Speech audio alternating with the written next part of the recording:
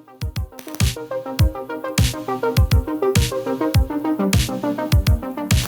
what's up? Welcome back to the Long Lens Podcast. This is the podcast where I try to answer your questions regarding cameras, filmmaking, and YouTube. This is your first time here. Basically, every month I ask for questions from my Patreon and YouTube community, and then I just try to answer them to the best of my abilities. I say this all the time, but I'm kind of a kook. I don't know everything, but I just try to pull from the experience that I've had over the past 10 plus years of making videos and testing out cameras. So the way this works is I always answer my questions from Patreon first. And one of the perks of being a Patreon member is that you get a little bit of a shout out here on the podcast, as well as a bunch of other videos that I release exclusively on Patreon and a bunch of other stuff too. It's just a lot easier to connect with me more there and get more in-depth information about cameras and stuff. So consider joining me there. There's a free tier. You can just join for free, or there's a $5 a month tier, which gets you access to everything, as well as like some discounts on some of my digital products as well. Something I've also started is channel memberships, and that's basically like a tip jar. It's like $1 a month. You can join channel memberships and you'll get a little badge next to your name whenever you comment on videos here on the second channel. And whenever I go live, you'll get that little badge when you comment on my live streams. So those are just some ways that you can support this podcast. I don't have any sponsors for this podcast, and that's how I would like it to stay. So with that out of the way, let me just do a little bit of housekeeping when it comes to gear. I am using a few new pieces of gear. My light I'm using is a new light from Godox. This is the ML80 Bi. So it's a bicolor light. I have it set to about 3%. It's a pretty bright light, and it's set to 5600 Kelvin to try to match my window. You can actually see I'm using just a really simple Westcott umbrella to light myself. I really like shoot through umbrellas to like modify your light. It just gives a really nice wrap around my face. And then for audio, I'm using my trusty Godox VDS M2 shotgun microphone, and then my Godox MoveLink wireless transmitters, so I don't have to have any wires connected to my camera. The camera I'm using is different as well. We are shooting on the Lumix GH7 right now in MP4 Lite, which is pretty cool that this camera has that feature as well. The S1 Mark II just got that update. So yeah, we're shooting on the GH7 with a 25mm f1.7. I should have a video that I shot on this camera coming out relatively soon on my main channel, and then kind of a review video on this GH7. This was a camera that I actually asked Lumix if I could borrow because I've been kind of wanting to switch back to Micro Four Thirds, which we'll get into because there's some questions about that. But yeah, I've been really enjoying my time with the GH7 so far. So now that gear talk is out of the way, let's get right into answering some questions. And of course, we're going to go to Patreon first. The first question I have is from Patrick Curtis. Hey, Nigel, hope you had a great Thanksgiving. Currently, I've been learning how to color grade through YouTube and some educational services online. It's quite extensive. However, I'm not sure I want to spend a lot of time color grading my personal projects. I'm thinking of getting this suite from Film Convert Nitrate, Cinematch, Halation, and Hazy. I'm using the free version of DaVinci Resolve for editing, sound, and color grading. In some YouTube videos, you've said you use Film Convert Nitrate and Cinematch, but have you used Halation and Hazy? What are your thoughts and recommendations on the matter? Is it worth the cost to time ratio? Your help is much appreciated. Yeah, so I do have Film Convert Nitrate with the Halation update, and I have Cinematch. In all honesty, I probably use Cinematch more than I use Film Convert Nitrate, but Film Convert Nitrate is a very just plug and play, drag and drop kind of a color grading workflow. Basically, you just pick what camera it was shot on, and it'll apply the right color grade to that camera profile. And it's got a lot of different cameras that don't shoot in log too, which is what I like about Film Convert Nitrate. It doesn't just support, cameras like the GH7 and the Blackmagics and the Sonys, shooting in S-Log and V-Log and Blackmagic, color. You could shoot with a GH2 or a GH3 or some of the older Sony and Canon cameras, and it has those profiles built into Film Convert Nitrate as well. So that's something that's really nice about that plugin. Halation is really nice if you want to add a little bit of, bloom to your highlights and even a little bit of fringe to your highlights. That's kind of a nice way to go about it. I don't use that as often. Cinematch is great if you're shooting with a bunch of different cameras, which I have the GH7, I have the S1 Mark II, and then my other Lumix cameras. And then I have, cameras like my Osmo Pocket 3 and my Action 4. So having a bunch of those different type of cameras, I can just switch them all into the same Vlog profile and then just slap a LUT on all of them, and they're all going to look pretty much the same. So That's the purpose of Cinematch. And I use that a lot in my color grading workflow. But I would definitely say Film Convert Nitrate is definitely worth it. I use it all the time. Cinematch is very worth it. And I do have a discount code, which I'll leave in the description of this video and in the show notes of this podcast. If you would like to pick up Cinematch or Film Convert, you can get a discount using my link. So hope that helps, Patrick. I really do like Film Convert Cinematch, and the people at Film Convert too are just super rad. I've been working with them for a while. So yeah, I can definitely recommend Cinematch and Film Convert Nitrate. So next question is from Nolan Natasha. And Nolan asks, hey, Nigel, can you speak a little bit about the different response you get to videos about Micro Four Thirds and videos about full frame cameras? I'm curious if you've noticed a decline in interest from viewers in the Micro Four Thirds system in the last few years. I shoot full frame and Micro Four Thirds. I can't seem to fully quit either system. Very excited to see your upcoming thoughts on the GH7. Merry Christmas. I think that like whenever I release a video about a Micro Four Thirds camera, it gets a pretty good response, but that is because I've built up a base of people that shoot Micro Four Thirds. And so I think that they'll come back and watch it. But I have seen those videos about Micro Four Thirds starting to decline a little bit in views just because a lot of people have switched, and I totally understand it. I'm kind of an outlier, I think, in like the things that I want in a camera. More and more with, having access to these, larger censored cameras, I actually kind of am wanting to go back to Micro Four Thirds because I still, not only does it give a different look, and having a different look and making yourself stand out in, especially here on YouTube, I think is valuable. But it's also just like, I don't know, the familiarity I have with Micro Four Thirds, the lenses that are available that are small and really, really powerful. There is something that's just really convenient about shooting Micro Four Thirds. If I want that full frame sensor look, I can get an XL speed booster and slap some full frame lenses on there. But if I want to throw a 14 millimeter pancake and go climb up a mountain, I can do that too. So there is advantages to Micro Four Thirds. The GH7, I mean, it's got phase detect autofocus. It's got ProRes internally. There's so many things to love about this GH7. I'll be having a full video about that soon. But yeah, I mean, I don't really try to make videos based on whether or not I hope Micro Four Thirds shooters or full frame shooters are going to watch it. I hope that like, if you're in any of those camps, my videos will be somewhat helpful to you. I'm not really trying to like target one audience or the other. If I'm happy to be talking about a Micro Four Thirds camera, hopefully people that are interested in Micro Four Thirds will see that video, and then vice versa with the full frame stuff that I do. So I have really liked full frame, and I like shooting full frame, but at the same time, it's just like, I look at like the work that I make, and it's just, everybody can get a shallow depth of field now. It's not cool anymore. Okay, so we got one more bonus question from Nolan Natasha. And Nolan asks, hey, Nigel, one more question. No worries if you don't get to it. I noticed that despite having used many different cameras and lenses over the years, you don't keep a lot of gear lying around. I struggle with this, and I have a hard time getting rid of lenses in particular if I think there's a chance I'm going to want them in the future. As a result, I have an absurd collection of Micro Four Thirds lenses that, if I'm honest, mostly sit on a shelf. Can you speak a little bit about your thought process behind getting rid of gear? And when you sell your equipment, where do you do it? I don't keep a lot of the gear that I acquire throughout the years unless I know I'm going to use it. Like there are some things that, I look at everything as like, it could be a potential piece of gear that I could sell to fund a different purchase that I actually want. And I used to be like the type of person that would try to like, keep everything that I have just in case I needed it later. But I've become much more of a minimalist when it comes to my gear. My basic rule of thumb is that if it's literally collecting dust, then I probably don't actually need it. And so therefore I should sell it. There are certain things that I can't sell because they're just long-term loaners from different companies. If it's something that I haven't used in like 6 months, I'll typically sell it. And that sometimes goes for a lot of the stuff that I get sent for free, regardless of whether or not it's a good piece of gear and, whether I could use it potentially in the future. If I haven't used it in 6 months, there's no real reason for me to keep it. A lot of the times I'll sell it to some friends of mine, for a good deal, or I'll just give it to some friends if it's not super expensive. As far as like where I sell my stuff, I sell a lot of stuff on eBay. I've been kind of like an eBay lurk for a long time.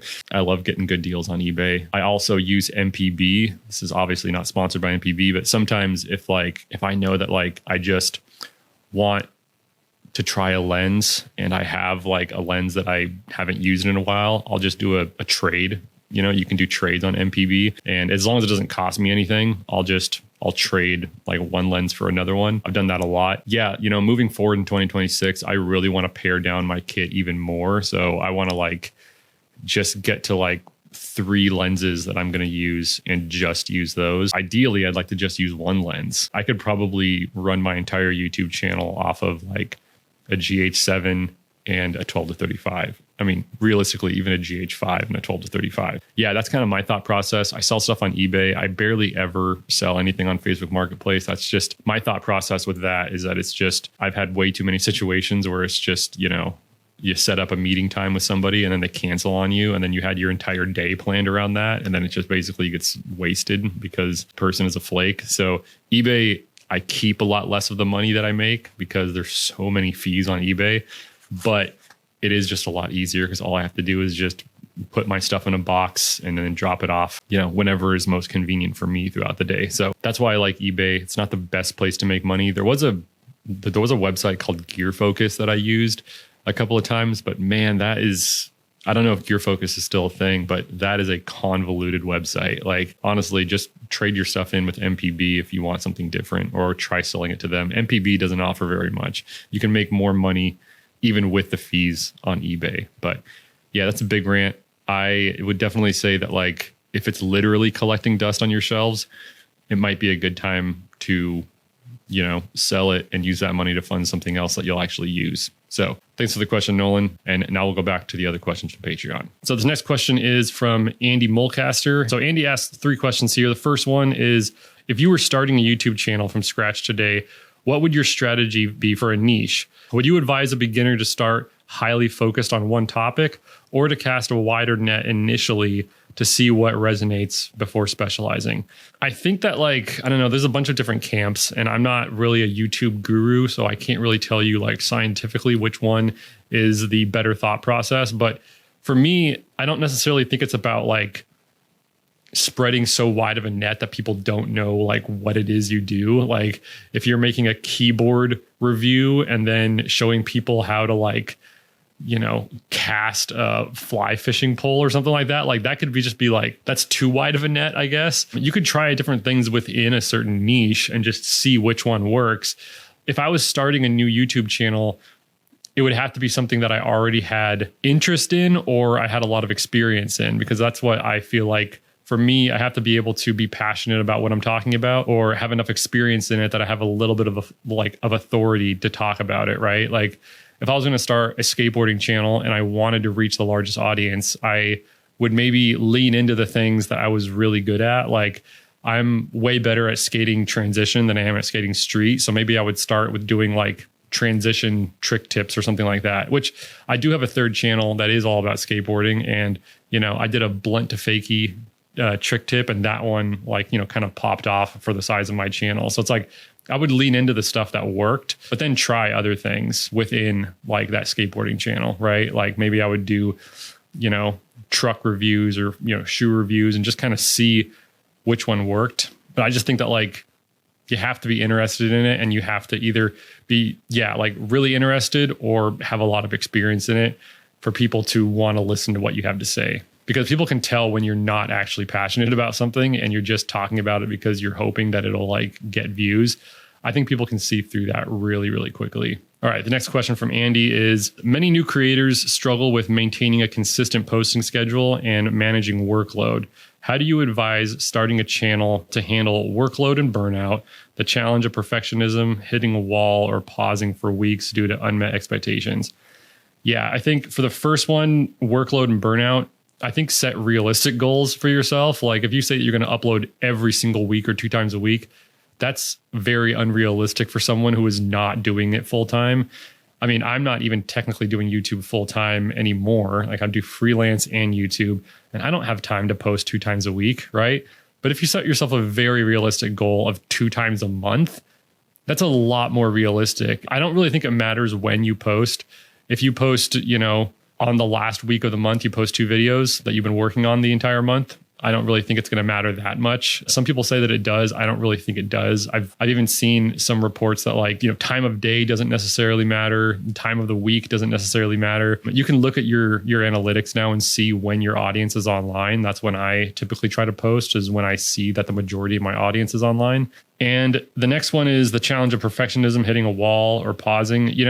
I definitely have that perfectionism thing, or maybe even a little bit of OCD, but I do think that like finished is better than perfect. So especially when you're first starting out, just get it done and post it, even if it's not 100% to your standards, because the problem with being new at something or, just starting out, and this is a very like a big parallel with skateboarding as well, is that like everybody has this expectation of what they want, like where they want to be, either their skateboarding or their filmmaking career. And when they're not there, it's a discouraging thing, and it's going to cause you to want to stop. But what I'm saying is that like just finishing that project, whether or not it's that good or not, finishing it and then moving on to the next one is important. Just like, pushing through being bad at skateboarding. It's the only way that you're ever going to get better. That's what I would say. And then the last question from Andy is overcoming gas. What practical steps do you suggest to avoid paralysis through gear acquisition? Furthermore, what creative challenges could new creators set for themselves to use and master the gear they already own, rather than constantly chasing the next piece of equipment? Yeah, that's a big thing that I still struggle with, even though I am kind of known to, hold on to cameras a little bit too long. But something that I always do, if you want inspiration on how good your camera is, I would go on Vimeo and just search your camera. Chances are there's a director or a cinematographer back in the early 2000s or the mid 2000s, or even a few years ago, who used the camera that you have to make something far better than anything that you've seen on YouTube.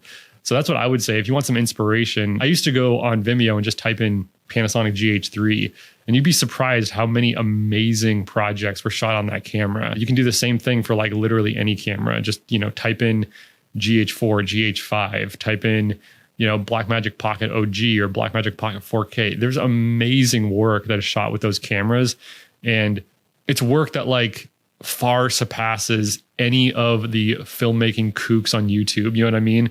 Like, just because some dork like me says, hey, look at the S1 Mark II, it doesn't mean that camera is going to like create a great short film for you, right? It's the person behind the camera that's going to do that. And you can see that very, very much so on Vimeo.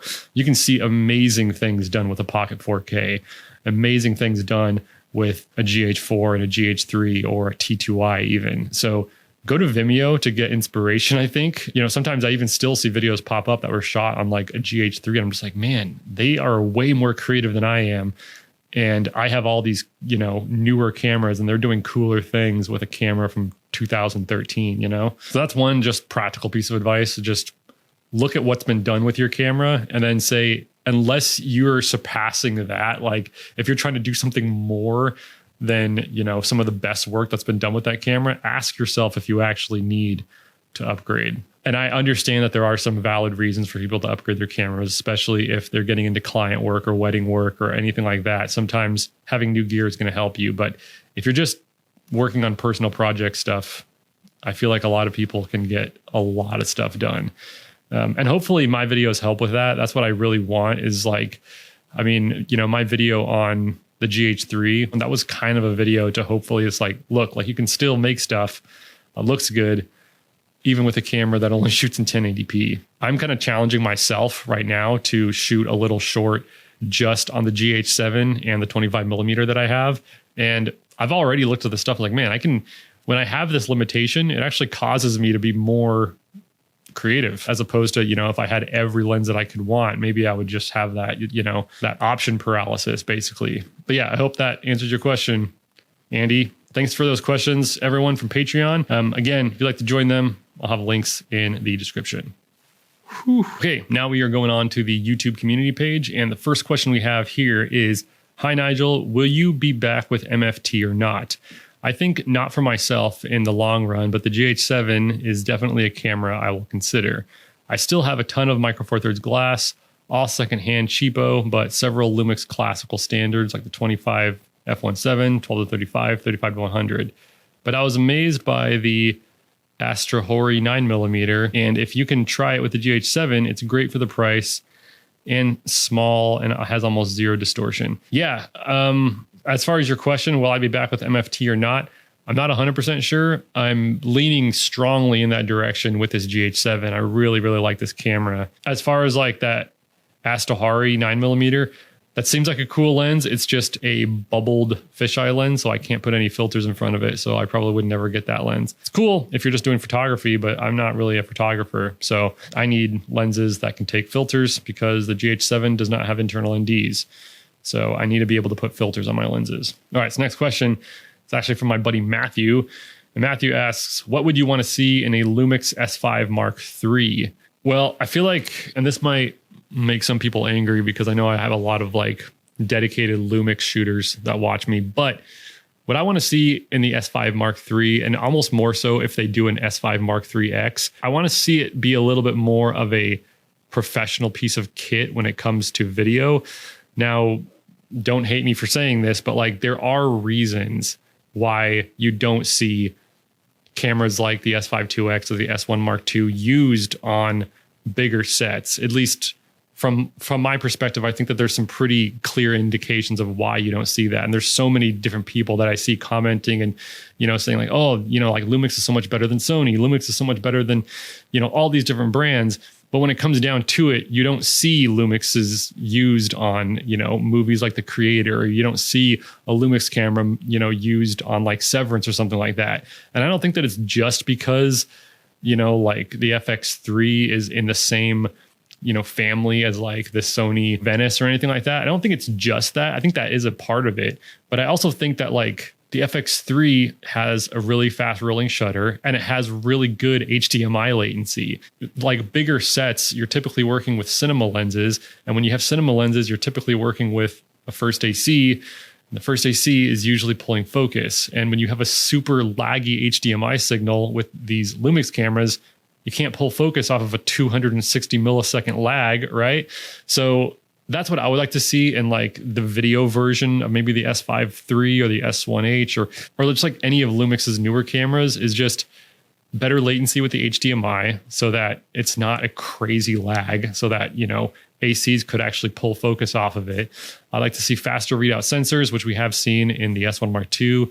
If it was a X version, which is the video version of the S5 Mark III, I'd like an OLPF, so we don't have to worry about trying to deal with moire and aliasing. I know that Kalari is making those clip-in filters for $300. I'd like Lumix to just put one in a X version of the S5 Mark III. So yeah, it's like more like little tweaks like that I'd like to see in the new cameras. Because here's the thing, is that like we see Arilog C3 put in cameras like the GH7 and the S1 Mark II. And so that makes you think that these cameras could be used on bigger sets with Arri cameras. But because they don't have OLPFs and they have insanely laggy HDMI feeds, they can't really be used in the same way that an Arri camera could, which maybe they were never designed to, but like it makes you think that like you could use them as like a cheap Arri camera. But with those limitations of the HDMI and the lack of an OLPF, I think those are the things that I'd like to see fixed. I don't even care that much about like internals. I'd love MP4 Lite to also get a 24p. I think everyone's been asking for that, and I really want 24p and MP4 Lite. But yeah, it's just, those are the things that I would like. Faster readout sensors, OLPFs, zero HDMI lag. So next question is, hey Nigel, how far do you typically expose to the right when shooting with the GH5 and Vlog? I have a GH5 Mark II, and I find that landing exposure in any environment other than outdoors can be quite difficult. Yeah, with the GH5 and probably the GH5 Mark II, you do have to expose to the right a little bit more so than you would on other cameras. Probably not as much as like the older like legacy Sony cameras where you really had to do that. And I think that's why like the ETTR kind of started, was like, oh, you really have to expose to the right. Otherwise you're going to get insanely grainy shadows. You don't necessarily have to go that far with the GH5. You just have to be slightly over, like maybe like a third stop over exposed, just so much that you don't clip your highlights like crazy. At least that's what I did. I would typically turn my zebras on to like 65%. And then as soon as I saw them like pop up on skin, that's when I would like stop. That's typically where I would land my exposure. If you have a monitor, you can use either EL zone or false color and just try to get your skin tones to land around 65 to 70 IRE.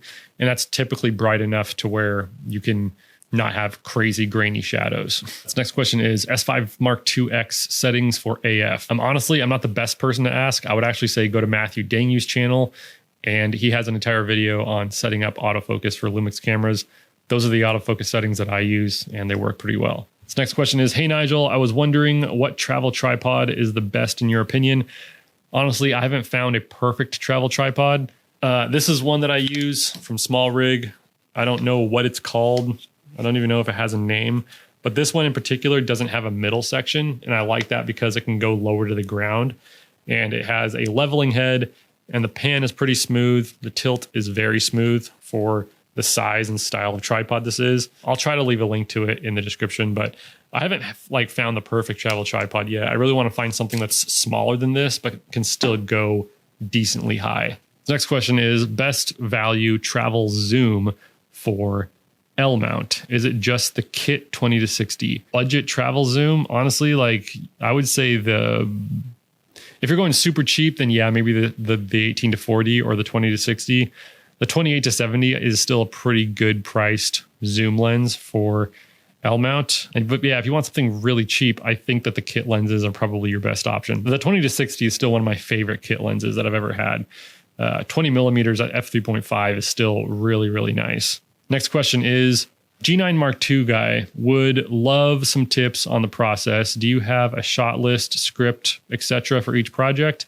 If I'm working on like a review, then I'll typically script out what I'm going to say. I don't read from a teleprompter, but I kind of like, I format it so that I can like deliver like one paragraph to camera, and then I'll pause, and then I'll deliver another paragraph, and I'll pause. I typically fill those pauses in with B-roll so I can cut, so I can kind of like disguise the cuts. I'll cut my A-roll first, so I'll cut my talking head, and then I'll listen through it, and then with my phone, I'll take notes on what B-roll I need. So if I'm talking about something, I can take notes like, oh, okay, I talked about this. I need to get B-roll of this. And that's typically what my planning and shooting structure is for making my YouTube videos, at least my review videos. Favorite shotgun mic, favorite manual vintage lens. Honestly, this Godox VDS2 or VDS M2 is probably one of my favorite shotgun mics. I've had it for a really long time now. My favorite vintage lens, probably be a tie between this Vivitar 28 millimeter f2.5 and this Vivitar 17 millimeter f3.5. So I love both of these lenses, probably two of my favorite vintage lenses I've ever had. This next question is, when feeling burnt out as a creative, what do you do to get yourself back up? Love your videos. Keep it up, brother. Honestly, I don't find myself in seasons of burnout very often. And I think it's mostly because I don't like push myself further than when I know I can like sustain. And again, I've been uploading videos since 2006. So I don't think there's been like a year that I haven't posted a video on YouTube. So I don't necessarily think that I've ever fully burnt out, but something that I do to keep myself creative is I just go outside. I run a lot. I skate a lot. I hike, and I travel around the Pacific Northwest here a lot. And it's just a very inspiring place. So it's kind of easy for me. Even in the sucky seasons of Oregon, I can still feel inspired just by looking outside. And yeah, watching other, creatives that I really look up to is inspiring as well. You got to watch out for that though, because sometimes you can find yourself copying what other people do. Next question is, I've had the BMPCC 4K for a few years now. I'm looking to get the Sony FX30, and I'm really liking the features on that. Which would you pick between both, and why? I think there's advantages to both. The Blackmagic Pocket 4K is going to be able to shoot RAW and probably give you a better post workflow. If you buy that new, you get a DaVinci like Resolve license, which is cool too, depending on if you don't have that or not. And I think it's just a lot of bang for your buck. You will save probably around $800 to $900 if you go the Blackmagic Pocket 4K route. Like, you already have the Pocket 4K, but if you're looking to get the FX30, I think that it makes sense. It's a slightly bigger sensor, not by much, but it's slightly bigger. And you get Phasitech autofocus from Sony, which is like top notch. So I would say that's a pretty good upgrade. I've considered an FX30 for a really long time because Sony is it makes sense in the market that I'm in. Everyone here in Portland shoots Sony, so it makes sense to have a Sony camera. But yeah, I don't know. I think it really just depends on what you're doing and whether or not you need RAW or if you need phase-detect autofocus. I think that having an FX30, you can really do pretty much everything that you're doing with a Blackmagic Pocket 4K, except maybe getting that really nice RAW flexibility with B-RAW. So you're definitely gaining a lot in the ecosystem, and having that phase-detect autofocus and just the form factor is a lot better on the Sony FX30. And the last question for 2025 here on this podcast is, hi, Nigel, do you think the Micro Four Thirds cameras are still a great option for professional work, even if they have bad low light performance and not very good autofocus, except the GH7 and G9 Mark II? Yeah, from my perspective, I definitely think that Micro Four Thirds are still good for professional work, but you have to be very confident in your own abilities with these cameras. Because for me, I know how to light stuff. I know the limitations of Micro Four Thirds cameras, and so I know how far I can push them before they're going to break. Other cameras like the S1 Mark II or the S5 Mark IIX, those type of cameras, there's a lot more like leniency, I think. Like if you didn't bring enough lights, you can get pretty good low light performance. If you didn't bring a gimbal, you can, get really good image stabilization. There's a lot of things that you can massage with those cameras. Like the dynamic range is really good. The autofocus is really good. The battery life is really good. The low light is really good. But with Micro Four Thirds cameras, they're still really good. I mean, the GH7 is just not going to be as good in low light as the S5 Mark IIX or the S1 Mark II. But everything else about the GH7 is great. The only thing that you're going to notice is that shallow depth of field is going to be a little bit harder to achieve with a smaller sensor. And that's, to be expected. But I would definitely say that it makes more sense to go with a full frame camera if you're trying to make this if you're trying to get your career started off. I think that you'll find that clients like the look of a full frame sensor a little bit more. But I mean, you can't just get fast lenses and throw them on Micro Four Thirds cameras and get very, very similar looks. So, and I kind of feel like you have to ask yourself, okay, am I going to be shooting with a bunch of other people a lot? Am I going to be hired as a videographer and everybody else is shooting Sony or Canon and I'm the one random person with the GH7? Or are you kind of like the only person in your market? Maybe you're in a smaller market and it doesn't really matter what camera you shoot on, or if you're just doing personal projects and you just want something small and really, really powerful. Again, Micro Four Thirds is great for that kind of stuff. So I can't really say what's going to be best for you, but for me, I could definitely see myself switching fully back to Micro Four Thirds, getting a GH7 and then maybe a GH5 or a GH5S as a backup camera, and being perfectly happy. No matter which way you cut it, a GH7 and a 12-35 is always going to be smaller than an S1 Mark II and a 24-70, or even a 24-60 for that matter. It's just always going to be smaller, not just in length, but also in width. So the size thing is also something that I think is a big advantage on Micro Four Thirds, and it's something that I've always held at really high regard. Anyways, that was a lot. Thank you, everyone, for leaving a question. Something I'm pretty stoked on is we're going to have a guest on this podcast before the year is over. And it's a guest that I'm really, really stoked on. So stay tuned for that. That should be in the next week and a half, 2 weeks that you'll be seeing that. So stay tuned for that. I'm really stoked on it. Anyways, thank you all so much for tuning in to this episode of the Long Lens Podcast. This is the last Q&A episode of 2025. It's pretty crazy. Anyways, thanks again for stopping by, and I'll catch you all next time. Bye.